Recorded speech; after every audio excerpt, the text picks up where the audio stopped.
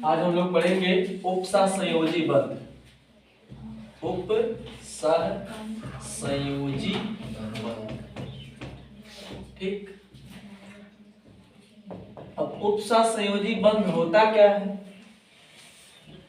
तो ये भी जो है सहसंयोजी बंध का एक प्रकार ही है। सहसंयोजी बंध का एक प्रकार है।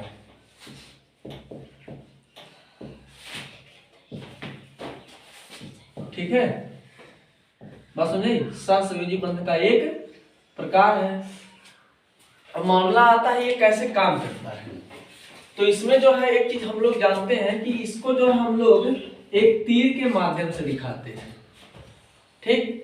इसमें जो है तीर के माध्यम से दिखाते समय एक चीज ध्यान देना है, जिधर से इलेक्ट्रॉन जाएगा निकलकर उधर इसका पूंछ वाला या टेल वाला भाग होता है, और जो इलेक्ट्रॉन ग्रहण करेगा उसकी तरफ जो है तीर वाला निशान होता है।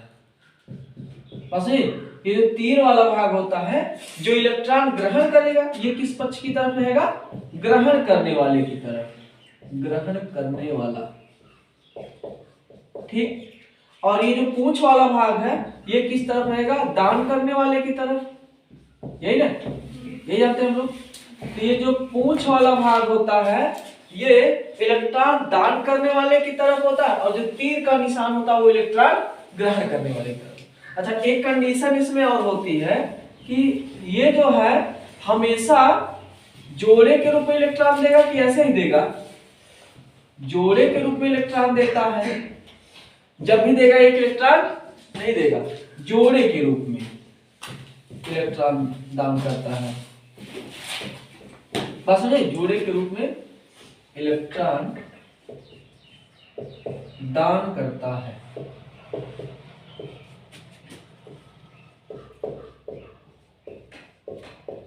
ठीक। अच्छा, ये तो हो गया दान करने वाले के पक्ष में।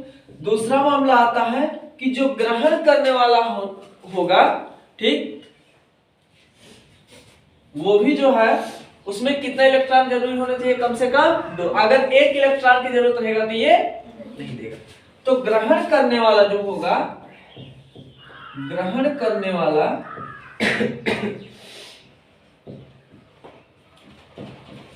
परमाणु के पास 2 इलेक्ट्रॉन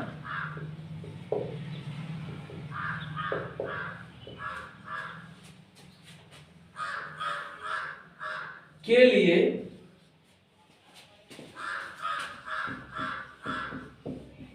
कोश में रिक्त स्थान होना चाहिए। अगर जगह रहेगा तब ना जाएगा इलेक्ट्रॉन, जब जगह ही नहीं रहेगा तब जाएगा।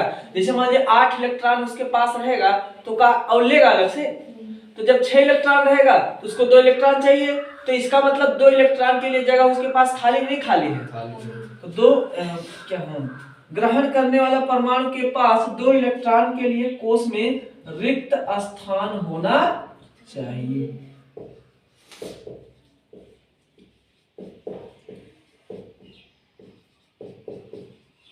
ठीक। ये 2 केस हो गया। तीसरा वाला केस क्या है कि जो दान करने वाला तत्व होगा वो अपना पहले पूरा करेगा, पहले दे देगा, अपना पहले पूरा करेगा। तीसरा केस क्या बनेगा कि जो दान देने वाला तत्व है, दान करने वाला तत्व का अष्टक पूरा होना चाहिए। दान करने वाले तत्व का अष्टक पूरा होना चाहिए, ठीक है ना। अच्छा, एक चीज और ध्यान देना है इसमें कि इस केस में जैसे मान लेते हैं ये कोई तत्व है x नाम का, इसमें 1 2 3 4 5 6 7 8 इलेक्ट्रॉन हो गया। ये मान लीजिए ये कहीं से साझा किया है, ये भी साझा किया है, और ये दोनों भी साझा किया है ना, और ये दोनों भी साझा किया है कहीं से, ठीक। तो बचा 2 इलेक्ट्रॉन ना, ये दान उसी इलेक्ट्रॉन का करेगा जो किसी से कनेक्टेड नहीं है। तो इसमें हमको एक चीज ध्यान देना है कि उपसहसंयोजी बंध वहीं पर बनेगा जिस परमाणु में जो इलेक्ट्रॉन होंगे वो किसी के साथ जुड़े हुए ना हो या किसी से साझा ना कि वहीं पर उपसहसंयोजी बंध बनेगा। अगर कहीं साझा वाझा कर लिया तो वहां पे उपसहसंयोजी बंध नहीं बनेगा। ठीक है ना, अष्टक पूरा होना चाहिए। और दान करने वाला और जिस इलेक्ट्रॉन को दान किया जाता है, जिस इलेक्ट्रॉन को दान किया जाना है ना जी, ये सेंटेंस है रहेगा, जिस इलेक्ट्रॉन को दान किया जाना है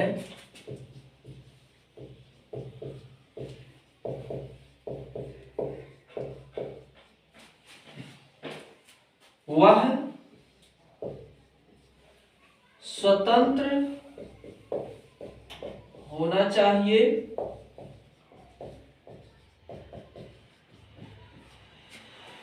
अर्थात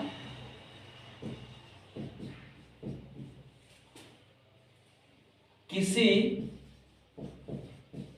परमाणु से जुड़ा हुआ नहीं होना चाहिए, किसी परमाणु से जुड़ा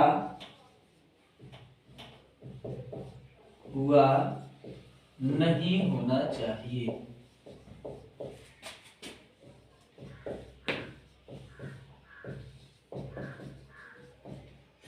बस अब देखिए इसमें जो है इसको हम एक संरचना के सहारे समझेंगे कि इसमें होता कैसे, सिस्टम काम कैसे करता है। ठीक है ना, देखिए जैसे मान लेते हैं H2SO4 बनाते हैं, क्या बनाते हैं H2SO4। H2SO4 को क्या बोलते हैं, सल्फ्यूरिक अम्ल। ठीक, तो इसमें आपको जो है संरचना सूत्र बनाते समय एक ध्यान देना हमेशा कि सल्फर ये हाइड्रोजन हमेशा जो है किसी भी संरचना में कहाँ होता है, किनारे पे होता है कि बीच में होता है, हाइड्रोजन हमेशा जाएगा किनारे। IUPAC आप उठा के देख लीजिए, उसमें भी किनारों में मिलेगा, आपको बीच में नहीं मिलेगा। ठीक, तो यहाँ पे एक सल्फर से कई ऑक्सीजन जुड़ा है तो 4। एक सल्फर बनाए, सल्फर के बाह्यतम कोश में कई इलेक्ट्रॉन 6 होता है, नहीं आता कोई दिक्कत नहीं। सल्फर का होता 16, तो 2 8 10 6 16। तो बाह्यतम कोश का इलेक्ट्रॉन ही हमको दिखाना होता संरचना सूत्र में, पीछे वीडियो अपलोडेड है उसमें देख लीजिएगा। ठीक ना, तो 6 इलेक्ट्रॉन दिखा देते हैं, 1 2 3 4 1 5 1 6। अब इस सल्फर से कई ऑक्सीजन जुड़ा है, 4। ठीक है ना, तो ये हो गया 1 2 3 और 1 4 हो गया। अब ऑक्सीजन के बाह्यतम कोश में ऑक्सीजन परमाणु क्रमांक कितना होता है, 8 होता है। ऑक्सीजन का 8 2 6। बाह्यतम कोश में कई इलेक्ट्रॉन 6। 1 2 3 4 5 1 6। 1 2 3 4 5 1 6। 1 2 3 4 5 6। 1 2 3 4 5 1 6 हो गया। अब यहां पे एक चीज ध्यान दीजिएगा, इसके पास तो 6 है, एक इधर साझा किया, ठीक, और एक इधर कर लिया, कितना हो गया इसका 8 हो गया। 6 था, अब इसका हो गया 8, सल्फर का हो गया 8। तो हम यहाँ पे लिख लेते हैं सल्फर बराबर 8। ये वाले ऑक्सीजन का 6 था, तो इसका कितना हो गया 7। ये वाले का कितना हो गया है 7। अभी इसका 6 है, उधर वाले का भी 6 है। तो यहाँ पे एक चीज हम देख रहे हैं कि 2 इलेक्ट्रॉन इसका ये वाला फ्री है और 2 इलेक्ट्रॉन इसका ये वाला फ्री है। तो यहाँ पे ये वाली कंडीशन हमारी पूरी हो रही ना कि दान करने वाले तत्व का अष्टक पूरा होना चाहिए। पहले हमने क्या किया, सल्फर में 6 था, अभी यहाँ पे साझेदारी करवा के क्या हो गया, यहाँ पे 8 हो गया। ठीक, अष्टक पूरा होना चाहिए और जिस इलेक्ट्रॉन को दान किया जाना है वह स्वतंत्र होना चाहिए। मतलब ये दोनों इलेक्ट्रॉन किसी से जुड़ा है, नहीं जुड़ा है। तो जब ये दोनों इलेक्ट्रॉन किसी से नहीं जुड़ा है तो ये स्वतंत्र है कि नहीं है। अब यही इलेक्ट्रॉन उठा करके इधर आ जाएगा और ये वाला चला जाएगा इधर। बस सुने, तो ये जो तीर वाला बंध होता है हमारा, इसी को हम क्या बोलते हैं, उपसहसंयोजी बंध। अब देखिए इस ऑक्सीजन का भी कितना हो गया 8, इसका भी कितना हो गया 8। ठीक, तो यहाँ पे हमने देखा कि ये दोनों ऑक्सीजन का 8 तो हो गया, लेकिन अभी ये कितना बचा है 7, ये कितना बचा है 7। एक काम करते हैं, एक हाइड्रोजन इधर चिपका देते हैं और एक हाइड्रोजन इधर, है ना। तो हाइड्रोजन और ऑक्सीजन के बीच यहाँ पे सहसंयोजी बंध लगा है, लेकिन सल्फर के ऊपर वाला जो ऑक्सीजन है और सल्फर के नीचे वाला जो ऑक्सीजन है उसके साथ कौन सा बंध लगा, तो उपसहसंयोजी। बात समझ में आएगी, समझ आएगी, कोई दिक्कत, ठीक है ना। तो उपसहसंयोजी बंध क्या होता है, अब देखिए इसमें एक चीज और ध्यान देना है कि जो दान देने वाला होगा तत्व तो उस पर आएगा धनावेश, और जो ऋणावेशित जो इलेक्ट्रॉन ग्रहण करने वाला होता है वो कैसा हो जाता है, तो ऋणावेश वाला हो जाता है। बात समझ आई, इसमें कोई दिक्कत, एक बार रिपीट कर दें। उपसहसंयोजी बंध यह भी सहसंयोजी बंध का एक प्रकार है। ठीक, अगर हम बात करें कि इसको हम कैसे दिखाते हैं, तो ये आप लोग देख रहे हैं कि इसे एक तीर के माध्यम से प्रस्तुत किया जाता है, देख रहे हैं ना, जिसमें एक तरफ तीर का नुकीला सिरा होता है और एक तरफ इसका पूंछ वाला होता है। तो पूंछ वाला सिरा जो है जिस तरफ होता है वहां से इलेक्ट्रॉन निकलेगा और जिधर तीर बना हुआ है उधर जाके इलेक्ट्रॉन जुड़ेगा। मतलब जिधर पूंछ होता है उधर से दान किया जाता है, जिधर नुकीला होता है उधर इलेक्ट्रॉन ग्रहण किया जाता है। इतना क्लियर है। अब इस केस में जो है जो इलेक्ट्रॉन देगा उधर क्या आ जाएगा, धनावेश, जिधर से इलेक्ट्रॉन ग्रहण किया जाएगा उधर क्या आ जाएगा, ऋणावेश। क्लियर। फिर बात करते हैं कि इसमें जो है कुछ कंडीशन होते हैं कि इलेक्ट्रॉन जो दान होगा वो हमेशा जोड़े के रूप में होगा, अकेले एक इलेक्ट्रॉन नहीं दिया जा सकता है।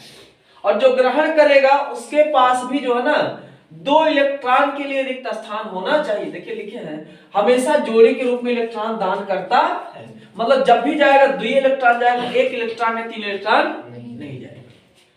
अब ग्रहण करने वाला परमाणु के पास, जिस तत्व के पास इलेक्ट्रॉन जाएगा उसके पास 2 इलेक्ट्रॉन के लिए कोष में रिक्त स्थान होना चाहिए। ये दोनों पास 2 इलेक्ट्रॉन के लिए जगह था तभी 2 इलेक्ट्रॉन, अगर 1 इलेक्ट्रॉन के लिए जगह होता तो नहीं जाता।